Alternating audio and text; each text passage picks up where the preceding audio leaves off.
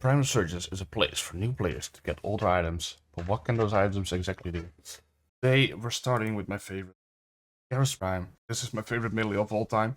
This is what we're gonna start with in the Prime Resurgence. Karyst Prime is a dagger. Every melee has its own melee type, which also comes with a different stance. I have done a long list of searching and figuring out what are the best stances. If you ever want to stop by, I have a spreadsheet with all of them that is being shared throughout the community right now. But just so you know, this is the stance with the highest damage multipliers, some force procs, and the best animations as well, or quickest, however you want to use it. This is also the best for neutral and forward combo. Some melee types have different usages for them, but this is the best for both. And we're gonna quickly look through its stats. We have a very slow attack speed, sadly, but we'll work with that. Range is pretty good, 2.2 meters, especially for the dagger. Then time attack, slide attack is kind of whatever. It's a very normal use weapon. Combo duration is also regular. Follow through is insanely high. 90% is very good. Most daggers have decent follow through. Also, all daggers have beautiful double force slash on heavy. Then crit chance, kind of mediocre. Status is 30%, which is very good. And then we come to the special perk of this weapon. It has innate toxin. It has slash and toxin, which makes it very good against Corpus and Grenier. And you can see puncture is also decently rated, which is fine. We're gonna build for the toxin, just so you know, that's gonna be our highest priority because it has innate toxin, which gives us a lot of build variety. And then final is the heavy ×2 slam. This is the important part. Good status, toxin bonus. Crit isn't bad. The reason the crit isn't bad, let's start there. Like, this is what every melee build nowadays looks like. This is your base, because these 4 mods just can make any melee build decent, unless it has way too low crit to not crit at all. For 24%. So after Blood Rush and Gale of Steel, we'll have a total crit chance of that 156%. First 100% is yellow.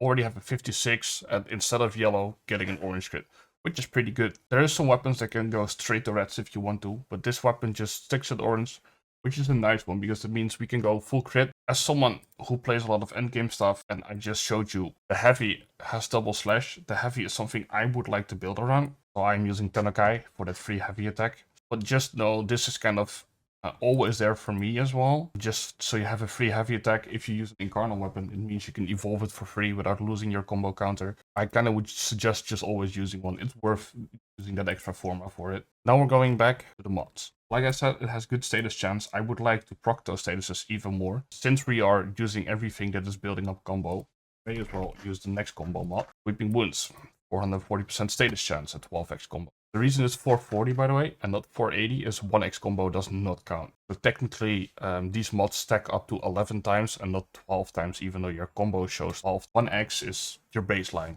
This is technically the 1x. So this is now have 440% crit chance, 440% status chance. You get crit chance and crit damage from Galvanized Steel. That's the reason this mod is so good, and it's in every build now. This is the highest crit damage mod in the game, 120%. This is literally the best double crit mod in the game. Next up, it has very slow attack speed, which I personally do not like. Which means I'm gonna use either Prime Fury. If you don't know it, we have Berserker Fury. Actually more attack speed than Prime Fury. It just needs to ramp up. But this is technically 70% attack speed. Technically, this is better. I just like having it from the very first attack. I try to hit around 1.1 to 1.2 attack speed. That's something I personally like to use. That is where I found my investment into attack speed to stop, so I can mod for more damage. Once again, if you want more, go Berserker Fury. If you want even more, this is what I like to do. Then I also get range with it. That's all my melee ribbons have attack speed and range for that reason. It's to save mod slots. But if you like more attack speed, then just use the mod slots for that. I try to balance it out. I will show you why I balance it out, because our next step is the follow through. You're thinking, why the heck is follow through a thing? I can't mod for that. But you can. Follow through means if you hit multiple enemies, how much damage gets translated to the next one. That also goes hand in hand with your range. 90% of follow through means it is worth modding for range. Keep that in mind. A lot of people just smack on attack speed range. There's so many weapons that have like 60% follow through. It's not worth modding for range because the next enemy will take close to no damage compared to the first one. It may be worth modding for attack speed more so you can hit the second one with the full force of the attack instead of only 60%. But yeah, 90% follow through on this weapon means using Prime Reach. There we go, 5.2 meters. high attack speed after getting that 70%. So this is what I personally yoink on every melee build ever. But Primed Reach, like I said, is a choice because of the high follow through. Sometimes it's not there. Sometimes I place up a Gladiator Might and you want more crit.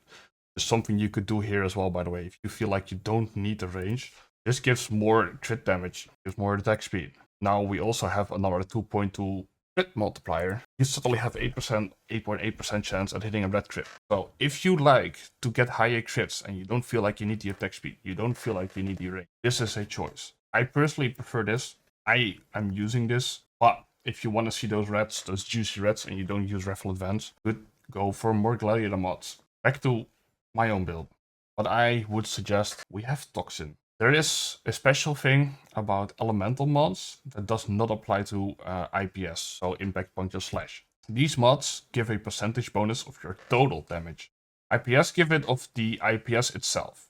So if I mod for Slash, it takes 120% of the Slash part of the total damage, not the 900. But Prime Fever Strike, it's an elemental mod. It takes the bonus damage from total. Modding for this gives me insane toxin weighting. You can see it now is 21.8% instead of 8.4, actually lower than the slash, and even to the puncture, which I don't like. I want to make this build around toxin because, as I have shown in the stance, I have 1 4 slash here and 2 on the heavy, which we will proc a lot because of Discipline's merit.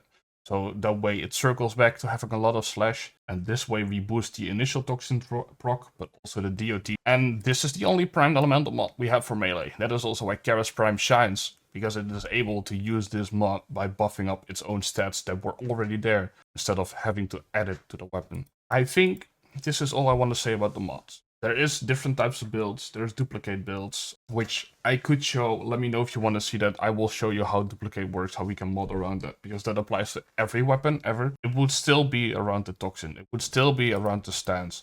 I think that is where this weapon shines. It has an insane follow through.